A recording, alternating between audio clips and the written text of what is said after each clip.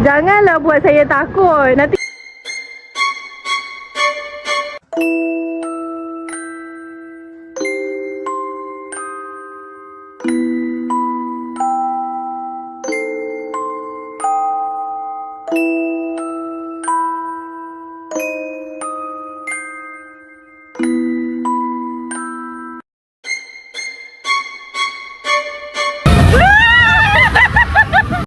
okay, ada locker tau kat belakang.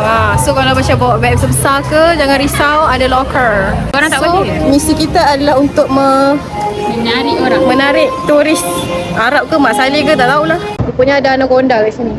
Apa ni? Melekat. Tengok guys, Turis happy birthday Dina dah jadi apa dah?